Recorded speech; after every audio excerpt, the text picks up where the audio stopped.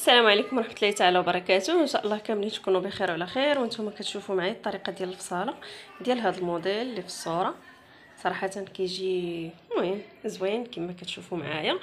الطريقه راها سهله، بغيت نتشاركها معكم غير بالنسبه للطريقه نتاع الكشكاشه. في كل بلاصه بزاف ديال البنات ما تعرفوش كيفاش يديروا حق الكشكاشه. واخا هنا كيف ما كتشوفوا معايا سبق لي هادشي وشرحته، فقط التغيير اللي كاين اننا هنا فاش كننزلو ب 3 سنتيم وعاد تنقطع باش كنجيب الكشكاشه عندي تقريبا فوق الصدر. هنا بغيت الكشكاشه تجيني في الحزام، فاذا غادي نشد القياس ديالي من الكتف فين بغيت الحزام ديالي يكون فيه الكشكاشه. يعني انا هنا نزلت ب 45، نتوما كتعبروا القياس اللي بغيتو من طبيعه الحال. وهنا ها هي حق الكشكاشه، راه تبارك الله راها وافيه، راها جاياني فيها 20 ديال السنتيم. بياسه راها تبارك الله راها الطروه اكس ال اللي غادي نخدم. الطول راه فيها متر ونص، والصدر راه 35 هانتوما. وغادي نجي من هاد 45 اللي قطعت الفوق، غادي نجي عاوتاني وهناخد هاد القطعه هذه اللي زايده كما قلنا في كل ربع زايده 20 ديال السنتيم، وغادي ناخد فيها هيا 56. كان ممكن نزيد ننزل ولكن فضلت ان الزواقه ديالي تبقى كامله منزله واخا. وكنجي وكنكمل الطول ديالي بهاد الطرف هذا اللي عندي فيه هنا 38.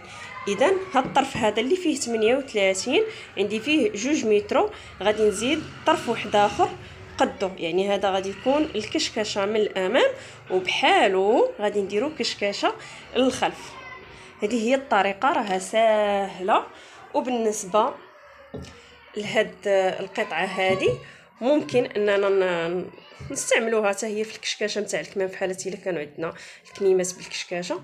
اذا هنا احتاجيت 2 متر ديال الثوب، هانتوما ركزوا معايا.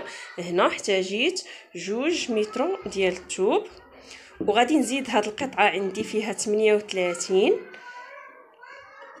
اذا عندي 38 على نص متر، يعني غادي نحتاج 3 لاروب ديال الثوب في هذا الموديل حتى ل 3 متر. سمعتوا؟ هيا راه تبارك الله ما شاء الله قياس وافي، وحتى في الكشكاشه في كل شيء غادي تجينا ما شاء الله كبيره وافيه مزيانه ب 3 متر. يلا تبارك الله عليكم، نتمنى ان شاء الله تكونوا فهمتوا الطريقه وتفهموا شنو بغيت نوصل لكم، خصوصا هاد القطعه هذه التحتانيه بزاف ديال البنات ما تعرفوش. اذا تنقطعوا واحد القياس حتى كنشد الطول ديالي الكامل، وكنجي وكنقص منه واحد 30 او 40 على حساب شحال بغيت انا في القطعه نتاع الكشكاشه، شحال بغيت فيها. وعاد تنقطع.